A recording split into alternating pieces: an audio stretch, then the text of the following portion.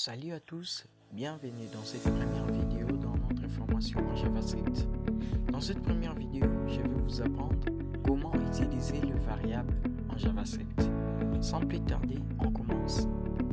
En JavaScript, une variable est un conteneur utilisé pour stocker des données, comme des nombres, des chaînes de caractères ou des objets. Pour la définir, on utilise les mots-clés suivants: let, const ou var. Let pour une variable qui peut changer de valeur, const pour une variable dont la valeur ne changera pas, var aussi peut être utilisé comme mot-clé pour créer des variables, mais ces derniers temps c'est moins recommandé car on utilise plus souvent let et const. Donc c'est un peu ça pour le variable. Dans mon fichier HTML, j'ai fait la structure de ma page, j'ai donné les titles comme projet JS. Maintenant, je dois faire le lien entre mon fichier HTML et mon fichier JS. Là, je mets la balise script. À l'intérieur, je mets source. Puis, je mets les noms de mon fichier JS.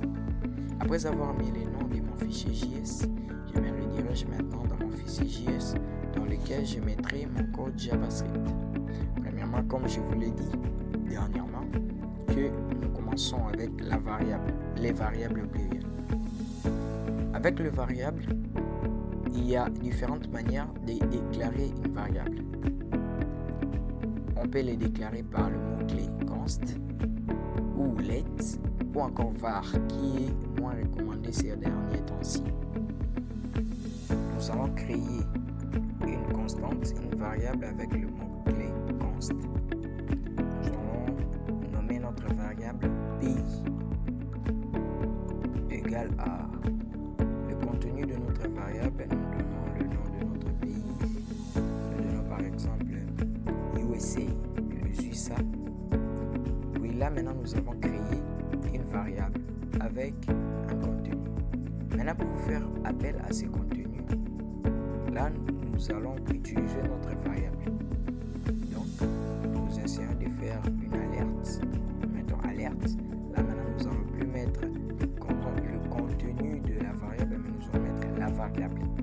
Quand nous mettons la variable, c'est maintenant son contenu qui sera affiché dans le navigateur. Quand nous nous redirigeons dans notre navigateur,